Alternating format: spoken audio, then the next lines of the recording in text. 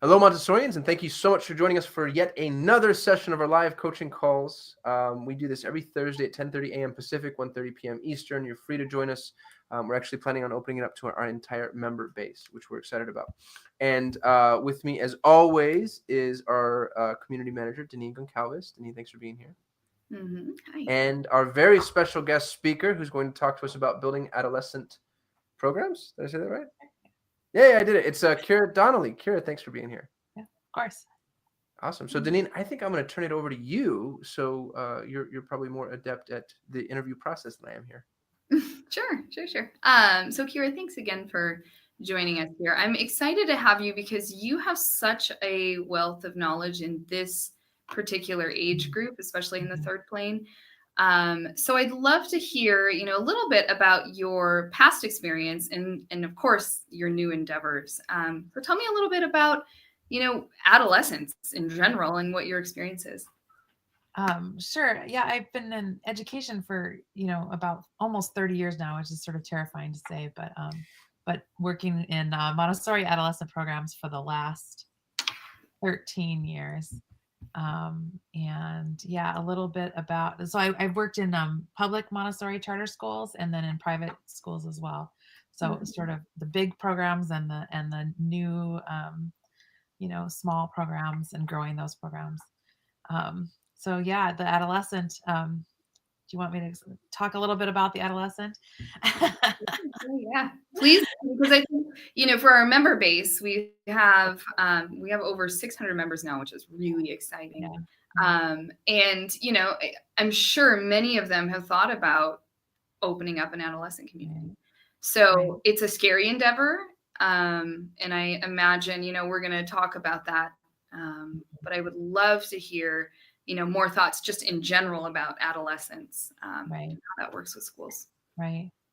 Yeah, I think it's I think the adolescent is, sort of their own thing, right? They go through this new period of growth and development, much like toddlers. So when you have an adolescent community, it's kind of like adding on a toddler community in a lot of ways, right?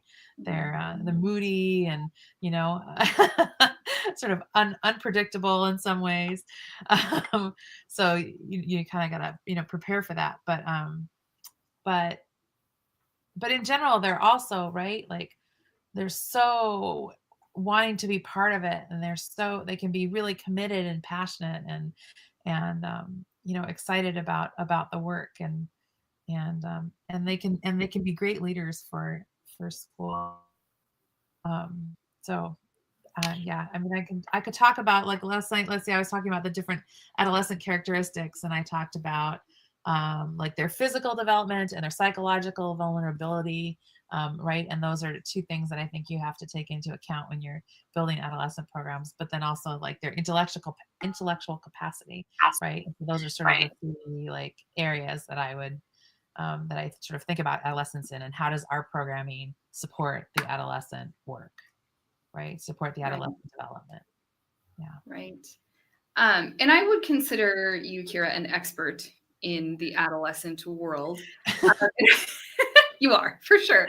And I imagine many of our schools don't have an expert available. And it, as I'm thinking here, that's an important piece before you open up a community, right? Is to have somebody that truly knows that plane of development, and is really passionate about that plane, because it can be a challenging one, as we all know. I mean, I think there's this huge stigma around teenagers and whatnot, but when you have somebody who's truly passionate about them, like you can bring the really great things out. Right.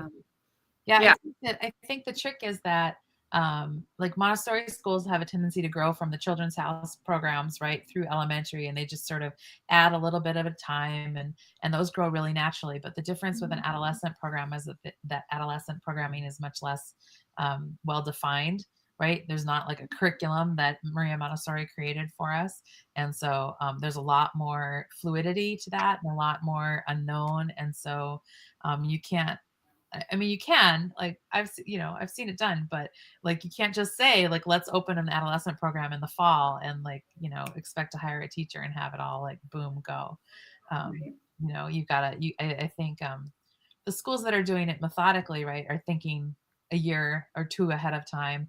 They're hiring somebody ahead of time to work on curriculum and get to know the students, to go through the training, those kinds of things. So they're not just adding an adolescent program in the fall. I think that's really a hard um, hard path to follow. Yeah. Right. Yeah. So, Kira, can we take a few minutes to talk about the signs that a school needs to look for when it's time to think about an adolescent community, to add one on? That's a great question. Because just to be transparent, the two private schools that I'm part of have both added on adolescent communities having just one upper elementary classroom, right? And so this very sort of small pool of students moving into an adolescent program, and like I think I think that maybe is, it's a hard time to add an adolescent program when you just have one upper elementary. And so you've got maybe, at best sort of 10 students that are flowing into that adolescent program. I think that a lot of schools that I've seen, have with strong programs have had two upper elementary classrooms at the minimum that go in there. And I think the other thing is, you don't want to just look at the like sixth graders that you have, those like final year students. You want to kind of look backwards a little bit, fifth years, fourth years, so that that there's a solid group of students that will continue to populate the adolescent program. So right, maybe I think there's a lot of schools that have a strong, like there's a group of students that are really strong and committed, and they open an adolescent program for them. But if you're not thinking about the backwards flow there and who's going to populate that after those students leave, that can be problematic as well. Right. Yeah. Yeah. So from a marketing standpoint, I got a question for you. Yeah. How do you prepare your parents? Actually, when do you prepare your parents, and how do you prepare them for an adolescent community? And before you answer that, I know that a lot of schools have had their parents prepare them. So feel free to switch that question around and answer it how you see fit in your experience. Right. Gosh, that's a really good question. I'm not sure, like, when do you prepare them and how do you prepare the parents? Because it's going to depend entirely on your community, right? Mm-hmm. Like if the parents or the students are pushing, for the program, that's going to be a really different kind of preparation than if the school is feeling like it's ready to grow something and make that program stronger. I will say that last time, so I'm starting in a new private school in the fall, right? And I just did a presentation for the middle school, a middle school presentation, right? And the prospective parents were there, but there were also parents from students who were first years or even younger, 2-year-olds, right? There's this huge group of parents there. And the adolescents came to this presentation as well. And I was talking about this idea of an Odyssey trip that I think a lot of schools do in their adolescent programs. And actually, I think in that scenario that the adolescents brought the parents along with them, because the adolescents got so excited about this idea of going on like an 8-day trip away from their parents and with all their friends and right, that whole thing, that they were like in the back going, how late can we stay up in the, on the Odyssey? Like what's the bedtime? And, they were asking all these like kind of silly questions, but it was really fun because you could feel the whole room sort of like, the energy was growing there. It was really great. And I'm, in the best cases, right, we're following the child, and that's how that develops, right? Right. So the programs that I am familiar with, when they add an adolescent community on, it's amazing when you start to do that, how many people are attracted to that idea and that program. Because middle school, we all have stories about our middle school years, and usually they're not great, right? It's awkward, it's uncomfortable. You usually get like funneled into a school from many other elementary communities, and so everyone's just kind of trying to figure out life. And so when you have a Montessori school that has a very strong foundation and you add that program on, you find that there are, parents of 2-year-olds, 3-year-olds that are like, oh, that's interesting. Right. That's like a draw into your younger programs when you have that, that addition. So can you talk a little bit about the benefits of having an adolescent community for the rest of your school? Yeah, for sure. So in the school that I'm currently in Tokyo, they didn't ever really have a full upper elementary program until they added the adolescent program, right? And now the upper elementary program is just overflowing with students. The adolescent program is still small, right? It's 10 students, and so it's not, it's not a giant program, but for sure the benefits, like just in enrollment, have been really clear. And I think that trickles down to our lower elementary is full. Our, the children's house programs are full, like, right? It just having somewhere, knowing that there's somewhere to go. And actually in Tokyo, we're talking about opening a high school, and that's also absolutely changing the conversation, because the people who come in with 5-year-olds now are saying, oh, and you're going to have a high school? And we can say, yeah, by the time your child gets there, we're definitely going to have a high school, right? And that just changes. I don't know. I mean, actually, the biggest question that, because I do tours too at my school, and the biggest question I get on tours is, how do children transition out of Montessori, right? What's that transition like? And so making that transition a non-transition is kind of a remarkable thing. Right. Yeah, there was something else in what you were saying though, Deneen, that made me. I lost my train of thought there. But was there some other part of your question? Adolescents. Oh, and the leadership thing. That was the other thing that I think having adolescents in a school, right, provides this like really nice leadership. In some programs, and it does depend on your program, right, they can give tours, right, to prospective families, and that's really powerful to have a group of adolescents be able to do that. They can also be real ambassadors to your program, because they can go out into the world, like in a, if you're doing a farmer's market, if you've got fruits or vegetables that you're growing, right, and then you sell those, and then they're out there kind of on the street, and they're great. It's great PR for a school. So I mean, it can also, I will just say, right, like adolescents come with their own challenges, right? And so like policies that maybe you never thought you needed, and then suddenly you've got an adolescent program, and you're like, well, what do we do when they are smoking, right? Like what is that? What's our policy on that? You've never had to have a policy on that before. So I mean, there are a set of challenges, but actually the benefits, I mean, I find, of course, that the benefits far outweigh the challenges, right? Sure. Yeah. So this might be actually a good time to segue into kind of the details of opening up an adolescent program, and specifically for our members. I'd love to hear your thoughts on things you should definitely consider, and things that maybe you've learned along the way to not do, and maybe learn the hard way. Right. It's interesting, because I came from I started at a big program that had individual, like a math teacher and an English teacher and a science teacher, right? And so there was somebody for every subject. And I moved into a program that was brand new, and it was one teacher. I was the teacher, and I was supposed to be responsible for all the subjects. And I embraced that. I was super ready to go. It sounded really great. But one of the things that I think I've learned is that actually adolescents need so much more depth. It's not, you can't be the elementary teacher where you sort of know enough to get them started, and you can kind of spark interest and let them run. There's a lot more depth to that programming than there is in elementary.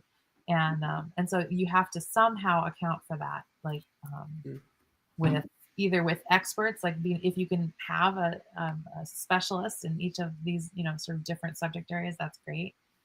But at most schools, when they're starting, can't start that way, right? And so I think that figuring out how to pull in experts, right, is one of the ways to go. So like I was talking last night about, like, I'm looking for theater people, right, who can come in and do drama with the students, and I'm looking for the music teacher to not just sing with students, but actually like teach them to play instruments and help them, make a band. And I'm looking for like there was an engineer in the audience last night who said, oh, I'd love to come in and do some engineering work with the middle schoolers. Right? I think you've got to really pull on all those experts in your community to make the program like academically strong and interesting for the students, right? Because like I know a ton about math. That was my specialty. That's where I started. And so I I can talk math with them till they're blue in the face, but I'm not like, I'm not giving them the best they could get in English, for example, right? Like I don't know how to analyze books in the same way because I just haven't been trained in that. So I think that right, having a small program and trying to meet their needs with that sort of depth is really tricky. Yeah. So having experts available. Yeah. Yeah. What about growing your program in a way? Actually, you know what? Let me go back because this one, there's many questions I have because I love this. Little pieces. Financially, right? Thinking about how many people you kind of have to bring in, and if you're growing your program slowly, what would be the priority so that you're not overspending in the first year with staff? What would you say would be like a good structure for founding staff members? That question is going to vary so much, Denise. I know. It's so perfect to answer. It's like a tricky question. So, what we've been doing in Tokyo this year, which has worked really well, is to have one staff member who's full-time and who's, sort of acting as an advisor for those 10 students. And in addition to taking on that sort of advisory sort of homeroom kind of, role, she teaches a couple of the subjects, right? And then we have hired in part-time to teach some of those other subjects. So we have 10 students this year, and we have, it's actually 4 adults that are involved with the adolescent program. And it's working really well. I'm not involved on the money side of that decision, of that equation. And so I can't say how that's balancing. I mean, it's 4 adults, but only one of them is full-time, right? The other 3, 2 others are part-time, like half-time, and then the third one is hourly, or the fourth one is hourly, right? So it's not 4 full-time adults. That would be ridiculous for 10 students. But I do think there's something like parents, I think, worry at the middle school level. This is when they start to maybe question Montessori, and they just aren't sure that it's gonna, will my students still get into college if I'm in this, if I do this middle school program, and are you going to teach them algebra because they have to have algebra 2 by the time they go to high school, and like, right? And so that it sort of starts to anyway, you have to meet those parents' needs where they are, and again, that's sort of knowing your community, right? But you need to provide the expertise, right, to make it comfortable. So one of the things we're doing next year in Tokyo is to staff it as we want it to be in the future, not what we have right then, right? So we're staffing, we're actually going to staff 3 full-time positions for about 10 students. Because we know we need the depth of curriculum and the building of that program to be strong, and we have to have experts in the field to do that. So yeah, it's super complicated, the adolescent puzzle, like figuring out how to make that work financially is definitely a question mark. And again, if you have a community that's strong and willing to have a small program with one homeroom teacher who sort of covers all the bases, and you can pull in the community, I think it can work, right? You just have to know that's a lot of work, right, ahead of time, and you gotta plan for that, right? So again, the schools that I think are kind of doing it right are giving 6 months to a year ahead of time for somebody to work on the curriculum and to make connections and figure out what that program is going to look like, right? Yeah. So, okay, I'll come back to my question that I had earlier. Growing your program. You said that you're starting your program next year with 10 students enrolled, yeah? Yep. And you'll have 3 full-time. Right. So do you have like a 1-year, 5-year, 10-year plan? How does your plan look like long-term? I think you have to have an end goal, right? Like you have to say, in the end, we would like to have 50 students in our middle school program, and we'd like to, have that would allow us to have 4 full-time teachers, and to do, these other things. So having that kind of that end game, I think, is good. The trick, and the trick is how to get there, because you don't necessarily know that all your families will stay, right? You can't necessarily project those numbers out. And the other thing, which I wanted to talk about earlier, and anyway, we didn't get there, but is that socially, it's really important for adolescents to have a bigger social pool than they have in elementary school. And so that idea of like one upper elementary and then one adolescent kind of classroom is it's hard for adolescents. They need more people, which is why actually the two upper elementaries into one adolescent at least feels a little bit better. I've seen the schools in this area are doing a partnership next year, and so one of them is opening the middle school, and the other one is sending their students through that, right? And so then you're getting these two schools that are kind of partnering together to build the middle school program. I think that's a really strong model as well. That wasn't your question though. It was growing your program and making a plan. And yeah, I think that depends a little bit on your style. Like I'm a real like kind of go with the flow sort of person, and so I'm okay kind of looking at the numbers generally and saying these are going to work, like it's going to be close enough and we'll get there, and right. And we might not get to 50 in the first 3 years. We're probably going to get to 50 in year 10 or something like that, because people need to see that program works before they're going to some people will leave because they aren't sure, right, and they don't like the unknown. But yeah, but having I think having a strong, like if you've got like 10 students in each of the grades that maybe that they'll all flow through into your middle school program, but if you've got 5s and 3s and stuff like that, it's going to be a lot harder to grow kind of a cohesive program that's big enough for the needs of the social needs of the adolescent. Wow. The other idea I had actually in that regard is that we're partnering with not just the local schools. So we're going to partner with a school nearby that's going to send their students to us. But we're also going to, when we go on our Odyssey trip, we're going to connect with other schools kind of along the route, and other Montessori programs, right? And then that will allow the students to, again, have a bigger social pool, people in the area that they know. I think that will serve everybody's needs really well. Right. Just some ideas. Yeah, absolutely. This is exciting. I had a question, but then I lost it. I wonder, Qasim, I know you've been listening, probably learning quite a bit just about adolescence. I'm curious to know if you've got any questions, both from a digital marketing standpoint, but also you're a Montessori parent of young children. And so maybe this has sparked some interest in you. So I don't know if you've got any questions. Well, just to make a comment, the school that my children go to runs through 8th grade, and that was a huge selling point for my wife and I, that we could match that level of continuity all the way through. I bounced around a lot as a little guy, and that was not ideal. And so, you tend to kind of self-reflect when you're thinking about your children's experience, and to be able to put both my boys in one environment with the same guides and same student body, that was just kind of a dream come true. I mean, almost as important as the curriculum, or maybe as important or more important, depending on where your hierarchy of needs exists, is the people.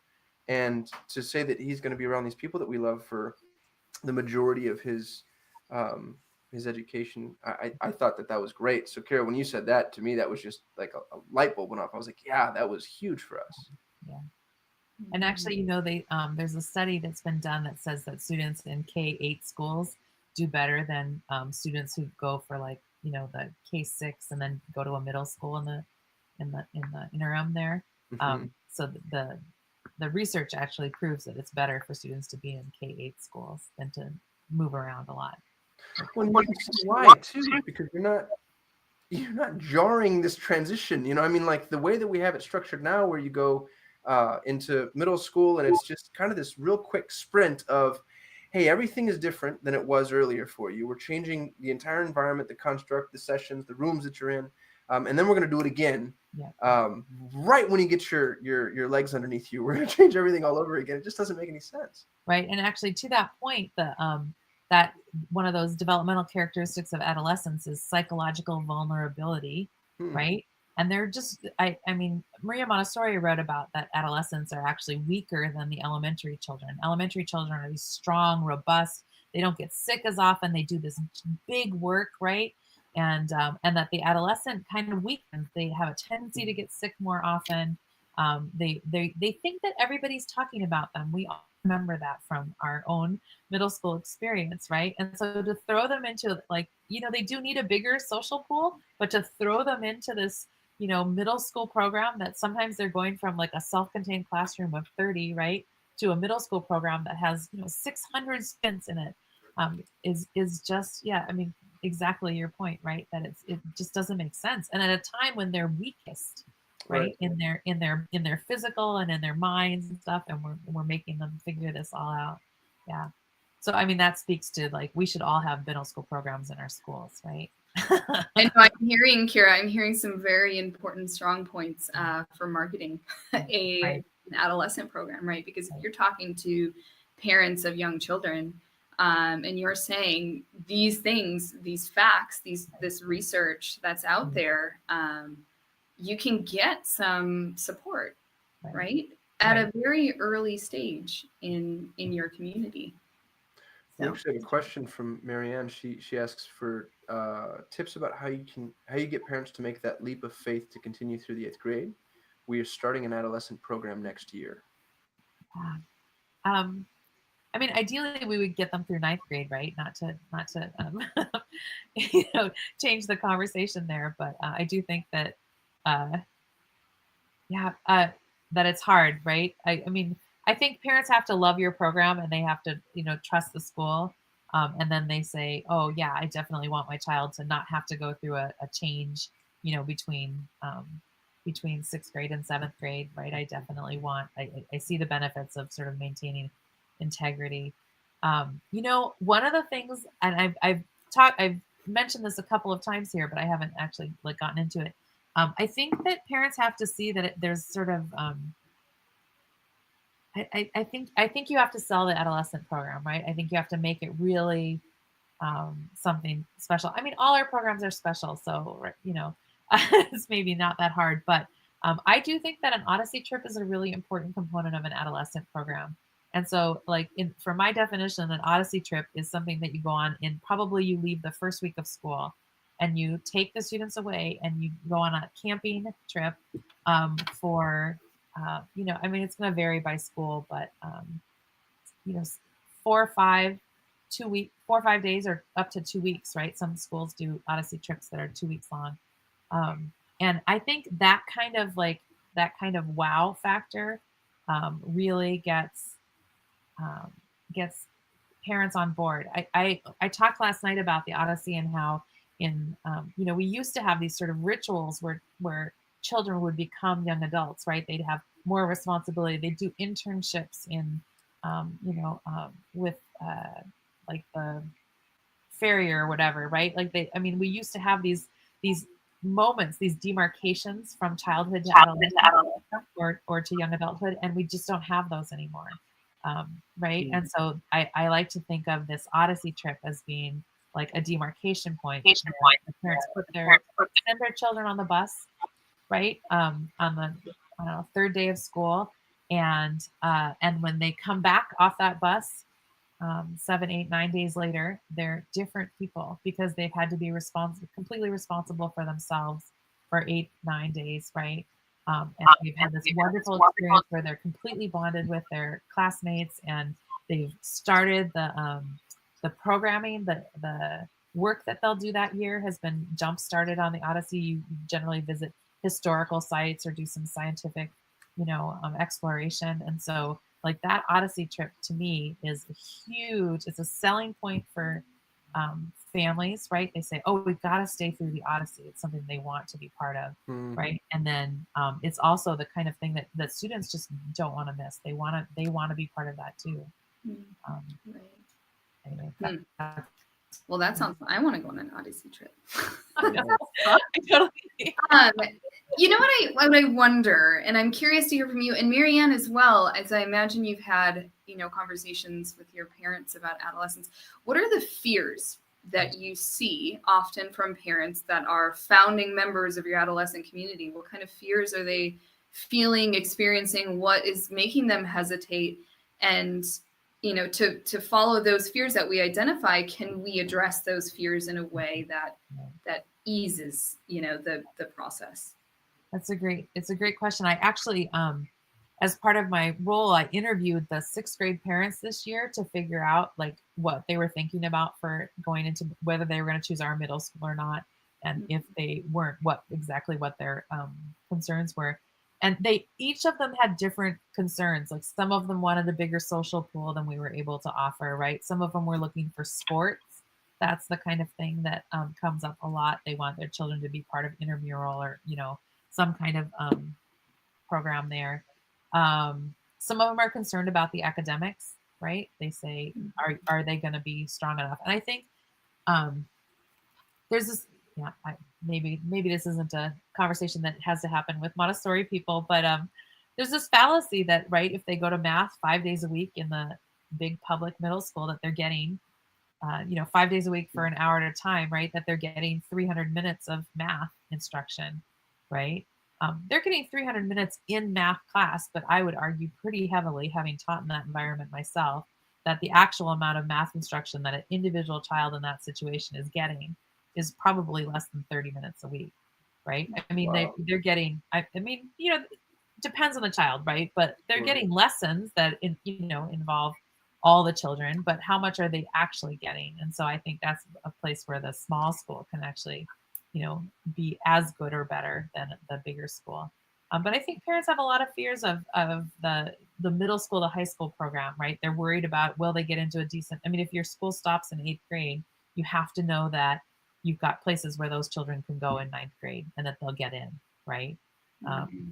So let's see, I lost my train of thought there. Where were we going? So we've got fears. What I'm hearing is that parents are afraid of the social pool.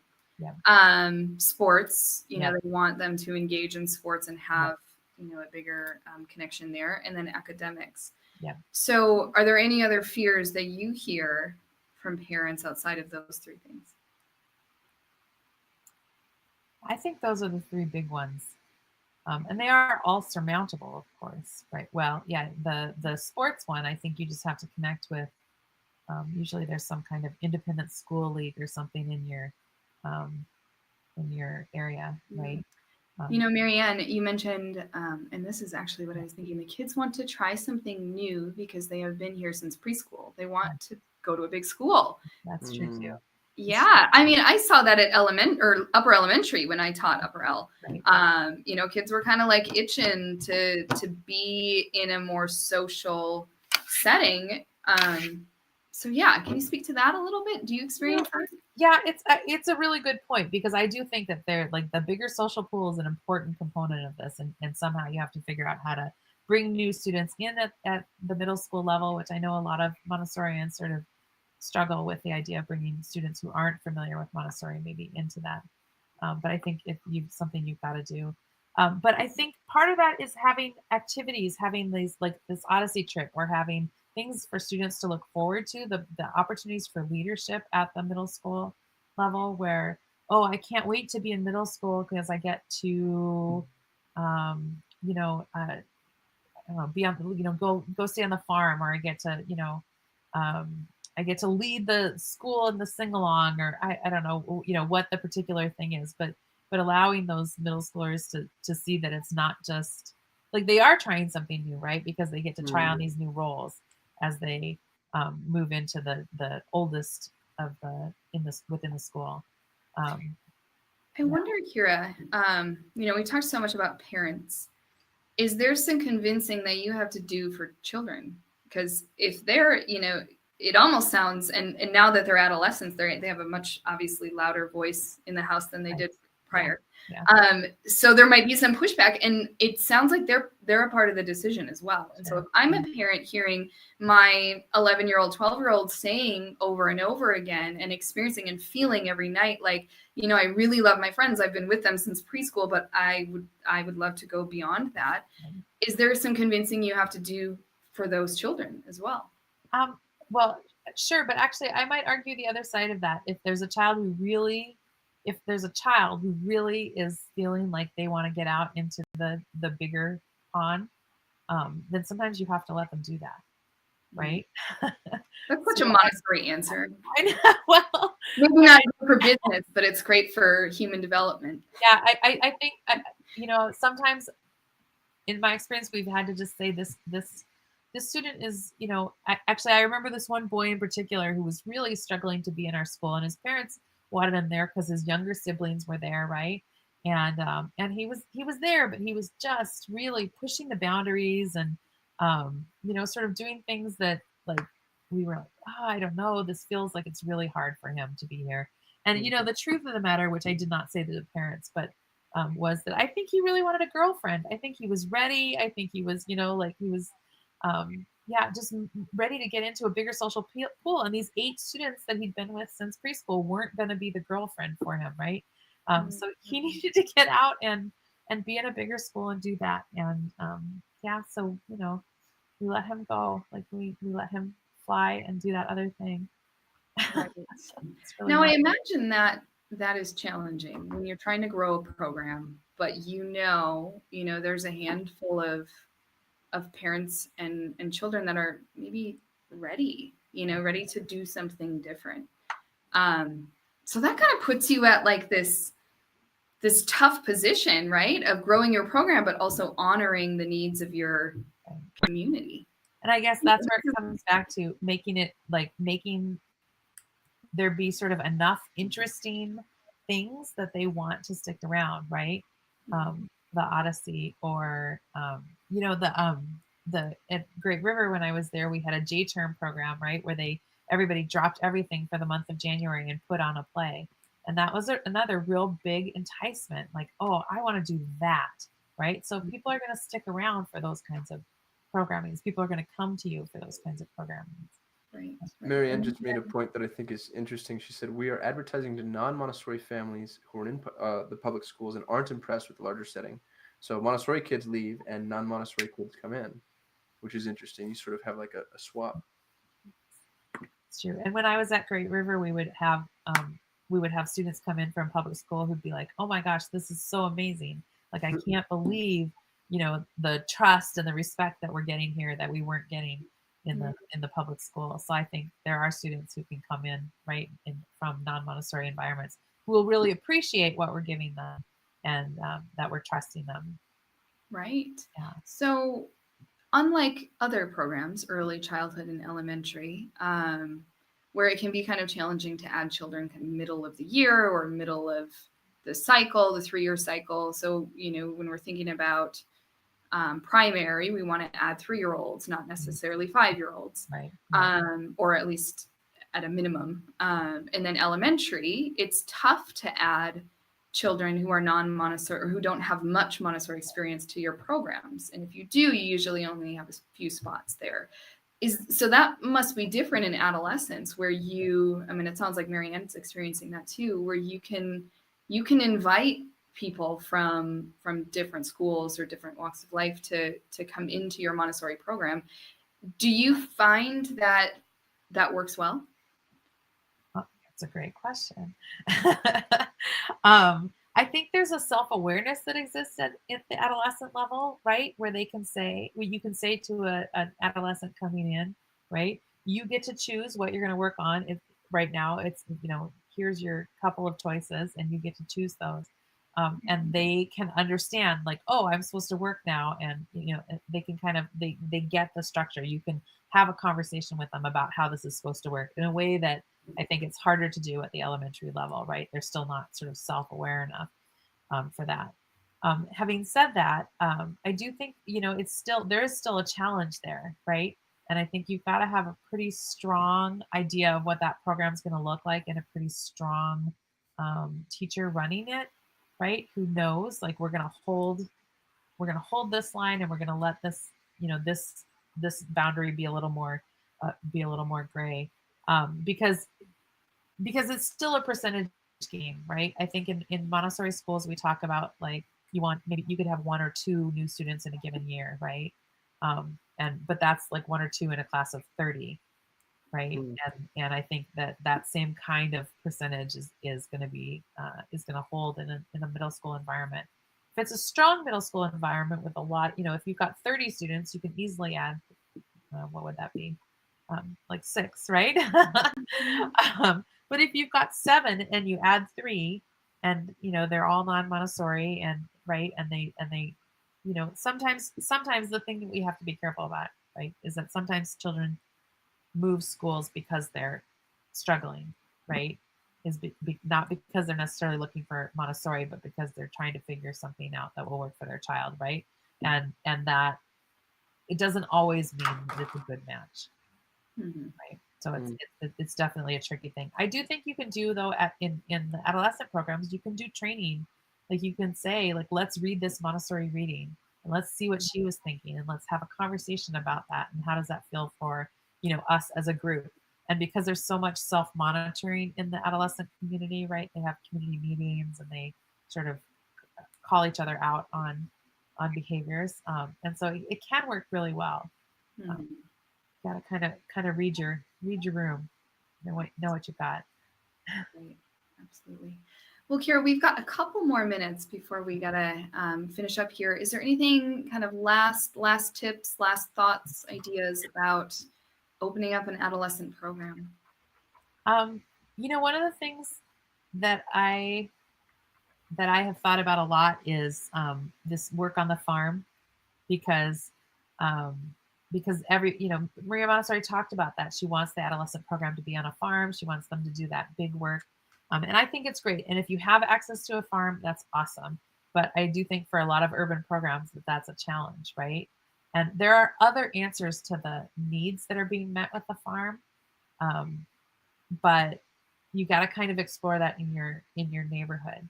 Like in Tokyo, we couldn't have a farm, right? Tokyo is a huge city. We're not going to get the big work. And I thought, oh, we'll just grow things, and we'll do that on the balcony. We'll do little, container gardens, and then we'll meet the same need, right? But actually the need that's being met, one of the needs that's being met there is the big physical work, right? They need to dig potatoes. They need to get all gross and sweaty, and they need to, have vast areas to sort of move around on.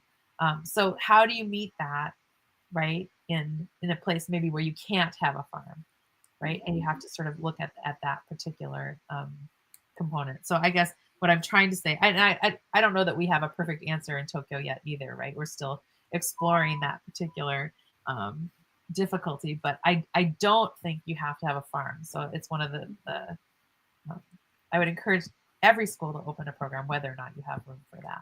Right. Well, and I wonder too, if you propose it to your group and say, here's what I know about your age group and what the needs are.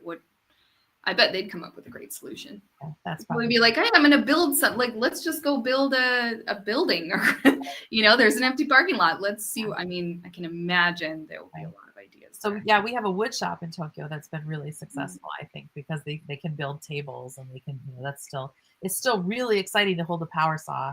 And so it's still meeting a lot of those needs, but right. Yeah. Awesome. Well, awesome. So good to have you, Kira. Yeah, nice to see you. For sure. Thanks for joining, and well wishes on your new adventures. Please keep us updated. We'd love to hear how that goes. And, again, as we grow and learn, I'm sure there's going to be some more things where we're like, oh, hey, this is a really good thing to share. Right. Good ideas. Cool. Awesome. Yeah. Okay. Take care. Safe travels. Yeah. Thanks. Okay. Thanks so much, Kira. Appreciate you. And Marianne, thanks for coming and for all your great questions.